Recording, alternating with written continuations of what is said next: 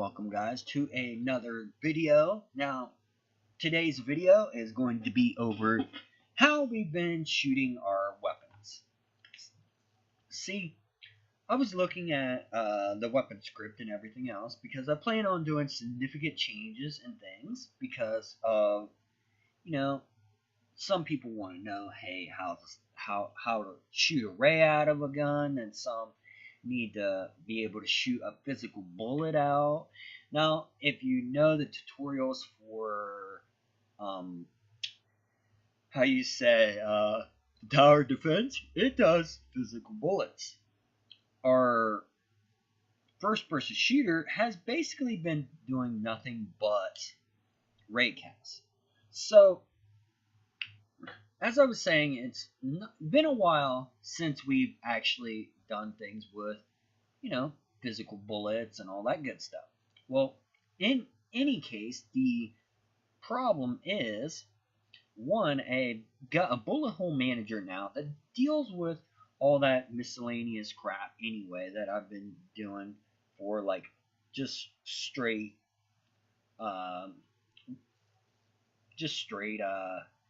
how you say it, just the bullet holes anyway.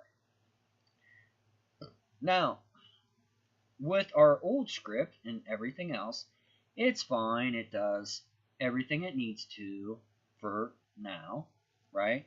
And we could shoot a bullet after we reload because we've got ammunition. And we can shoot and get some bullet holes. And that's what it does.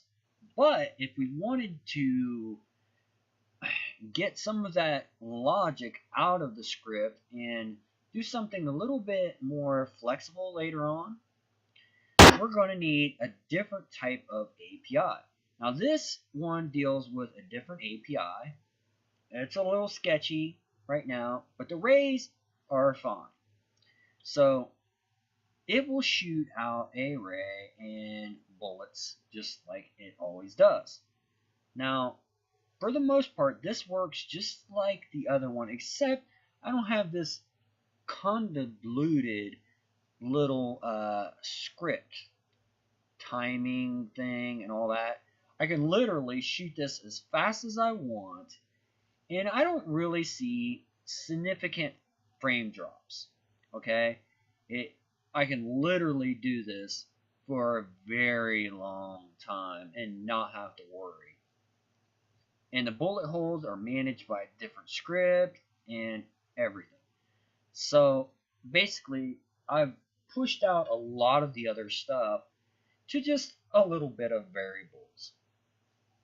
Now, weapon test is just a little Betty little class because some people, they are like, hey, let's just see what all we need, right?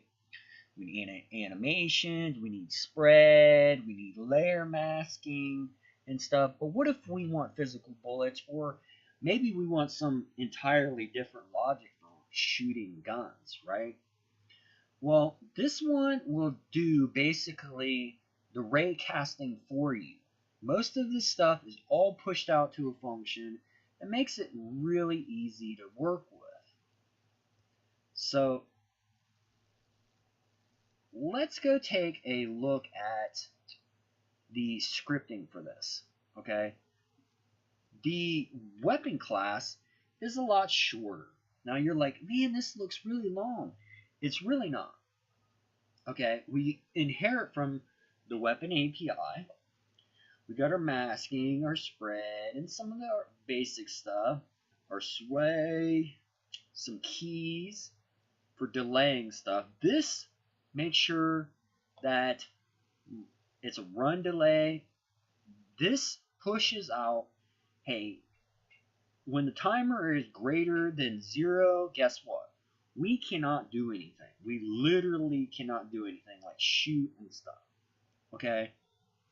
Before, I had way more logic in there. This is just getting input stuff. No big deal. You could always do some other input scheme if you wanted. Handler for camera stuff and things like that. Not that big of a deal. But the meat of it is here in the update. Now you can see we got input.run, and then we do handler.run, still the same. Then we got this delay timer equals run delay. And every single time, every frame, it will only run this function because we got this return right here, right? Well, then we've got this lock right here, which I don't think does anything right now. Then we've got our firing. Well, guess what? Delay equals fire delay. So every single time that we fire, we add the delay for the next job. Okay? So basically, we have one thing that we're counting down the whole entire time. Instead of what we had before, which was this logic right here. Gun timer, set action timer, close timer, then set action, close timer, and then we had this here, which is big. And before I even got to the update itself, there was already 153 lines of code. I mean, there's some spaces and stuff like that, but look at all this. You know, this is a lot. When I get to the update on this, I've got less than 100. Okay? So I significantly dropped down most of the stuff that we're doing. Okay? And this is pretty much all the same, except down here we do a delay timer minus equals fixed delta time. So every single frame, the delay, all that stuff is in fixed delta time. Not that big of a deal. You could put time.delta time if you want or whatever. I just did delta time. I don't know why. And then when I go to reload, we just set the timer. So get next reload pretty much does exactly like it did before, except I don't have all these other states that I'm comparing and stuff. Okay. The firing, I don't have sound in it yet, because I'm thinking about the sound. It's going to have its own little variable for that, but I haven't decided on how to go about that yet. Our GUI, weapon clear. Weapon clear in this script was very, very long. See? This right here. And then the fire, we have firing, clear, gun timer is done. Yeah, lots and lots of stuff in there. Now here is the meat of everything. Okay, if you look at this function, it goes in the fixed update. Fire next is, if it's greater than 0, then we have a 1. So we should fire. This is fixed update too. This is running in the physics step. Okay. So we got a RayCast hit, and then we go RayMask, which we pass in the range, the spread, and the layers. Okay. And what this does is it returns a hit object, a RayCast hit. Okay.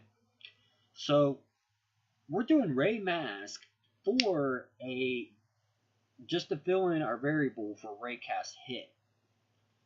And then we compare the hit.transform. If it's not null, then we do all this stuff. Okay. Which is for our bullet graphics. It gives us our bullet hole. What graphic we should be using. We got the quaternion here for the hit.transform stuff, the rotational information. And then the bullet temp gets instantiated. Okay?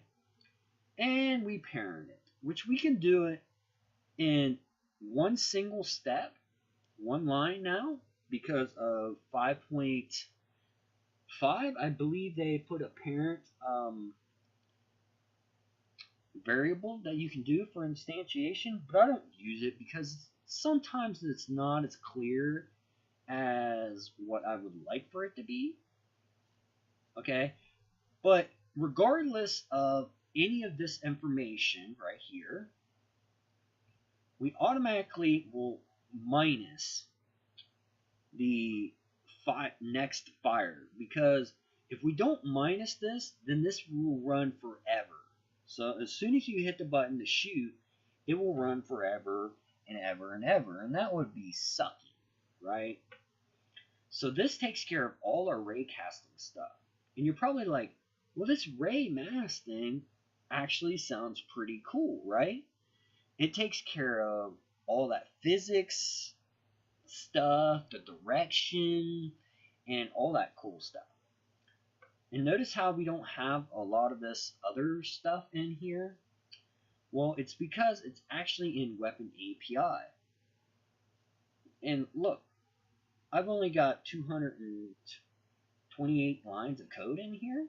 I mean, no, the sound isn't in here, the reloading isn't in here yet, but I've significantly made this a lot shorter when it comes to writing a weapon script.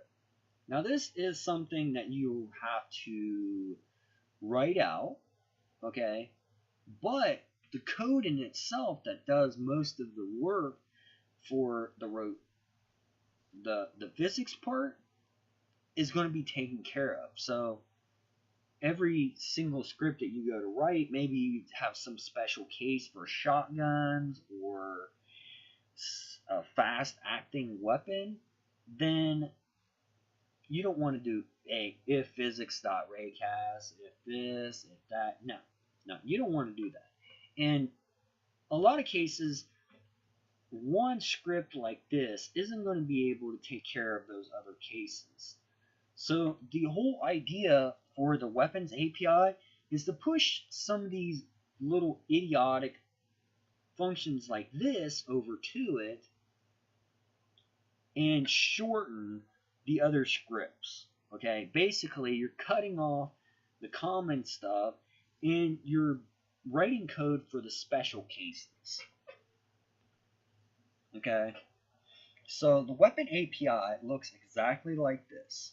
Okay, we inherit from weapon component, which gives us all the cool stuff like our ammunition, access to our ammo display, our bullet hole manager, which is the bullet graphics itself, and we have a public static camera transform, which is already filled out for us way before we touch any of our script that's going to be instantiated on our weapons. So it's already taken care of the bulk of the job before we even touch this script. And like everything else, most weapons, we're going to have some form of range, okay?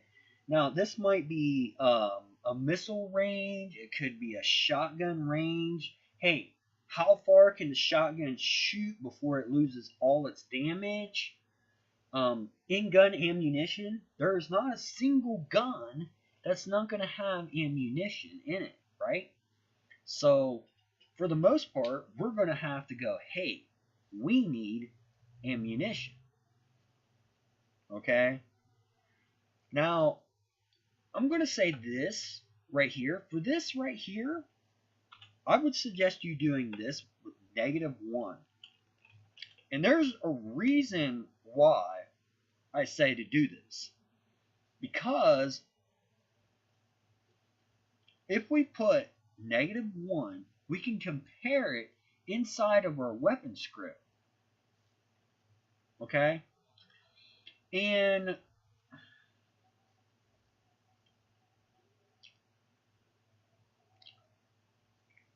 if we go into our reload, okay, like, let's see,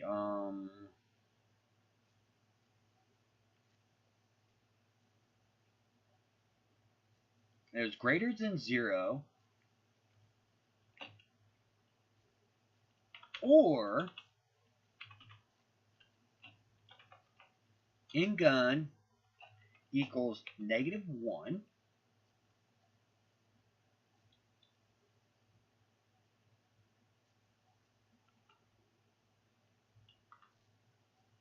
equals -1. Okay, so basically in gun equals -1. Okay, and then we go in here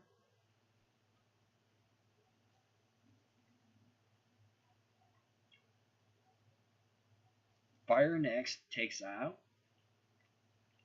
This doesn't do anything right here.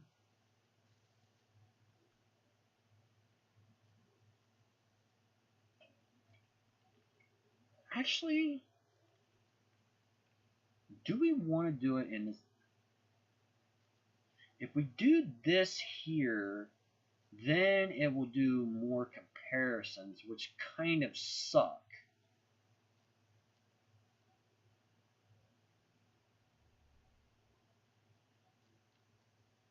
Actually, yeah, this actually should go here. If in gun ammo equals -1,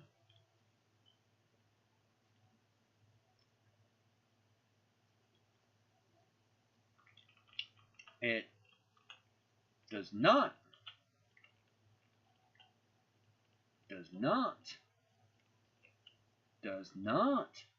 equal -1,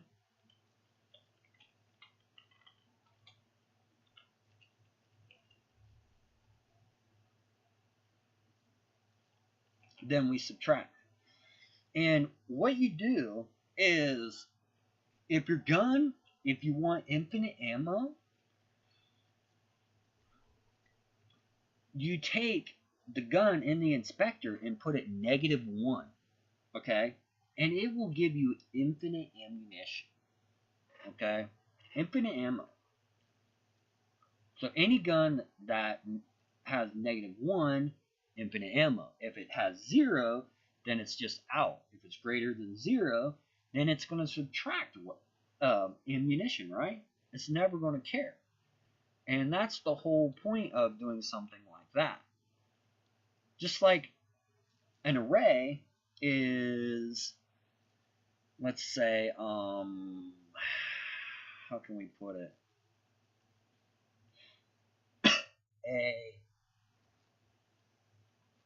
We'll have this, and in the inspector and everything, I'm going to pull out this weapon, and it's subtracting ammo, right?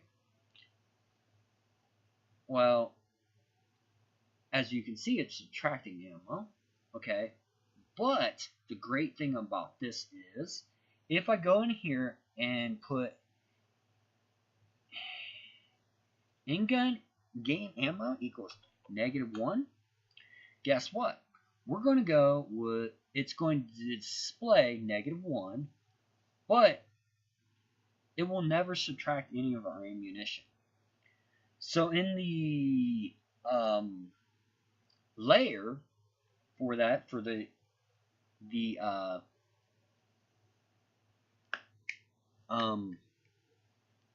whole visual side for ammunition, maybe you just want to have it display like -1, or you can have it display some weird thing, but that's only in the GUI case. You can actually put it in the GUI where if it's -1, it just disables the ammunition display or whatever. You know, for melee, I mean, you're not going to have melee, you know, do stuff like that. But regardless, it's going to give you infinite ammunition. Or maybe you want a bull. I would do a bull. Because if you do a bull, it's a very cheap thing. Okay? But it's whatever your case scenario is or whatever. Doesn't matter to me. But that's something that could be useful for you. So this stuff right here for the idle, fire key, this is all like string stuff for like basically everything. Hey, what's the ammo key? What's the run key? What's the things for the ammunition and gun? You're always going to have. You're always going to have an audio source. I mean, you're not going to not have an audio source. Every gun makes a noise, even melee weapons, right? On initialization, if the ammunition dictionary does not have the ammo key, well, guess what? It's just going to add it with 0. Okay? It's going to add it with 0. Doesn't matter. It doesn't care. It's not going to do anything besides what it's supposed to. Okay? The GUI setup just displays ammunition. That's it. Updates the whole, not the animation, but the whole GUI layer thing. And the bulk of the work is done in this function right here. RayCast hit, Ray mask, the range, the spread amount for like the noise from left, right, up, down, whatever, and the layer mask stuff so that you can mask out stuff. And all it does is the noise. It takes the camera from the weapon camera.transform, the camera trans variable, and puts it in direction, because I don't want to call up this API every single time that I go to do something. Kind of seems a little weird to me to go and do that. I mean, I could avoid this whole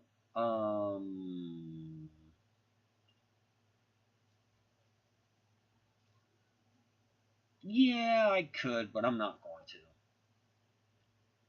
I get to transform and I just use it, right? And that's how it works. This has nothing in here. Nothing goes here because we must always return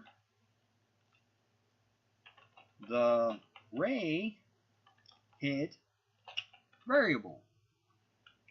Very, very important. When it comes to ray physics and stuff like that, this cannot return null here. It always must return this variable right here. Always, can't, not, nope, nope, sorry.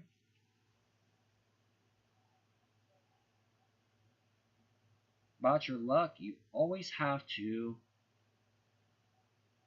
return this right here. Always. Doesn't matter. Okay? And the noise is the same as it's always been. Just giving a random from a vector 2, which it could be a vector 3. I mean, I don't, but don't matter. But in any case, this is my little shortcut for some of that RayCasting stuff anyway. Now, we'll probably deal with some RayCasting stuff later on that, you know, will deal with that kind of blarky stuff. But for the most part, you guys should just have fun with it, you know? Experiment. But remember, this always has to return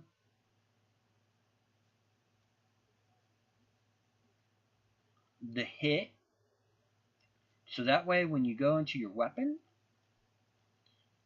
you can go in here and do a comparison on the hit.transform. Don't do hit.point. Don't do hit.point.name or hit.transform.tag. Hit.transform always exists in the hierarchy of the hit object, because it's going hit.transform is always there. If you do hit.point, you're gonna come up with problems for comparison. Okay? And like I said, you don't have to do this. You can put all this crap right here into this function like we had it before. But it's like I said, I may need a special case where I need to do something here. Okay? Like, this doesn't have to be used for weapons. Okay? It can be used for like anything that needs a frontal thing. Okay? Like checking to make sure the player in front of you is like your teammate or something. Or a lot of other stuff. Like if the target in front of you is either a friendly or a bad guy, there's a lot more uses to this. It's a lot more generic. Or my personal favorite, checking to make sure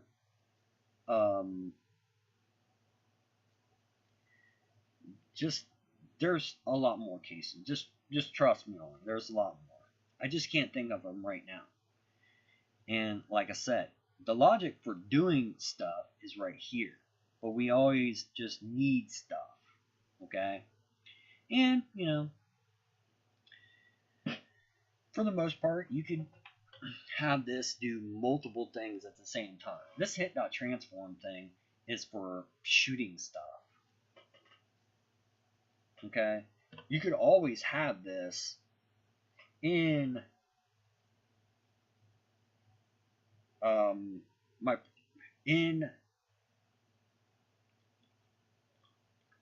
out here.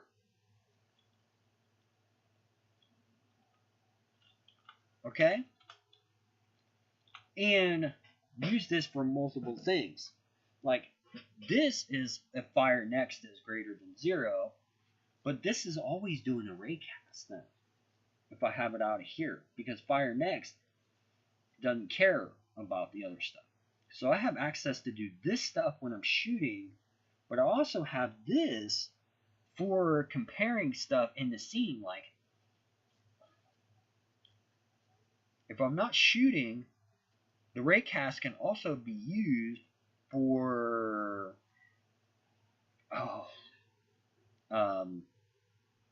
checking the transform for rigid body, or maybe it's an item on the ground or something like that. Heck, I don't know. I mean, I can't think of everything. I'm only human. But anyway, for the most part, I think this has gone long enough, and I do hope that you guys do appreciate this kind of scripting a little bit more than what's been in the past. I do think that there's more uses like this. I think going forward, it's going to be nice for all of us.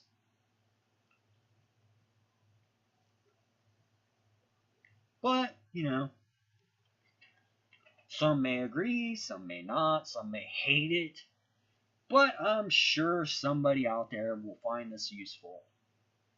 But I'm going to say, peace out, guys. Take care. And this is War over and out.